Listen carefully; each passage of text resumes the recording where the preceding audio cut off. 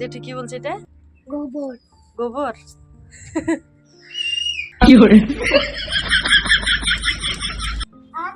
কালকে দুধ নিয়ে আসছিল, গরম করিনি। এখন একদিকে দুধ গরম করতে দিলাম, অন্যদিকে চা বসিয়ে দিলাম। আর বাবা বলছে শুধু চা খেয়ে যাবে, দেরি হয়ে গেছে, ফোন আসছে বারবার, ওই জন্য শুধু চাই করে দিলাম। ওর বাবাকে খেয়েও যাবে। Bye bye.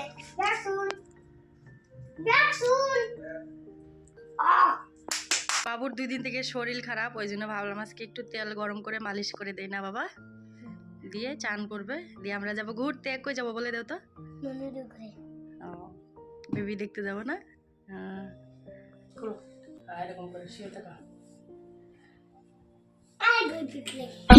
দুনিয়ার চুল পড়ছে, তাই ভাবলাম শ্যাম্পু করার আগে একটু তেল লাগিয়ে নিই চুলে, কারণ আজকে যাব এক জায়গায় ঘুরতে।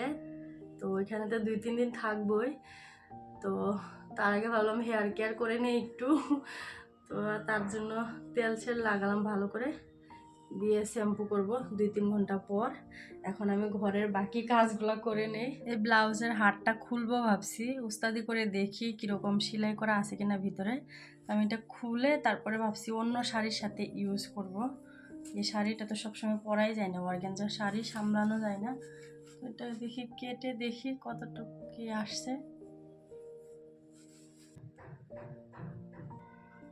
সেলাই করা নাই, খুলে লাভ নাই, খুললাম না, এটা আলাদা করে সেলাই দেওয়া নাই, ওই জন্য খুলেও লাভ নাই, রেখে দেখে চলো। এত শাড়ি থাকতেও আমি শাড়ি খুঁজে পাচ্ছি না, কি পরে যাব ভাবছি, তাই এইগুলা শাড়ি থেকে এই 2টা বের করছি। এটা এখন পরে যাব ভাবছি, আর এটা যেদিন আসবো ওই দিন পরবো। আমি শাড়ি খুঁজে পাচ্ছি না, দেখো কোনটা পরবো আমি কনফিউজ হয়ে যাচ্ছি। তো ওই জন্য ভাবলাম এই শাড়িটা আর এই ব্লাউজটা নিলাম, যেদিন আসবো ওই দিন পরবো। আর এটা ভাবছি এখন পরে যাব, বের করলাম। আর এই নাইটিগুলা ঘরে পরবো, ওই জন্য নিয়ে গেলাম নাইটি। আর ঠান্ডা আছে কিনা জানি না, ওই জন্য চাদর একটা নিয়ে নিলাম। এই আমার প্যাকিং।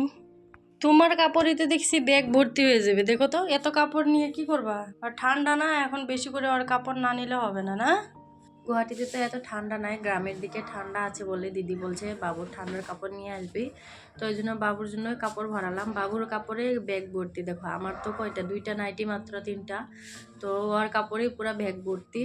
দুনিয়ার নষ্ট করবে, বাচ্চাদের সাথে খেলে যায় গ্রামে যেয়ে, তো ধুলা বালুতে নষ্ট করে, ওই জন্য ওর কাপড় বেশি করে নিয়ে নিলাম।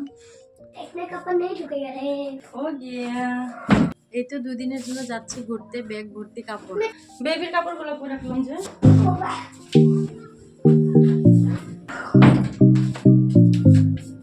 তো আমাদের প্যাকিং কমপ্লিট।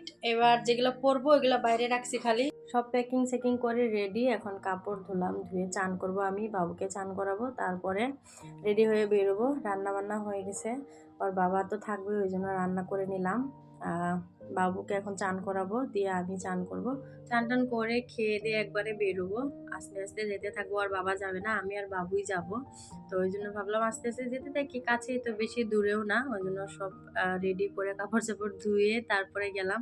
ও থাকবে একা একা, আবার লেত্রা করে রাখবে সব, ওই জন্য সব পরিষ্কার করে রেখে গেলাম। মনদের করে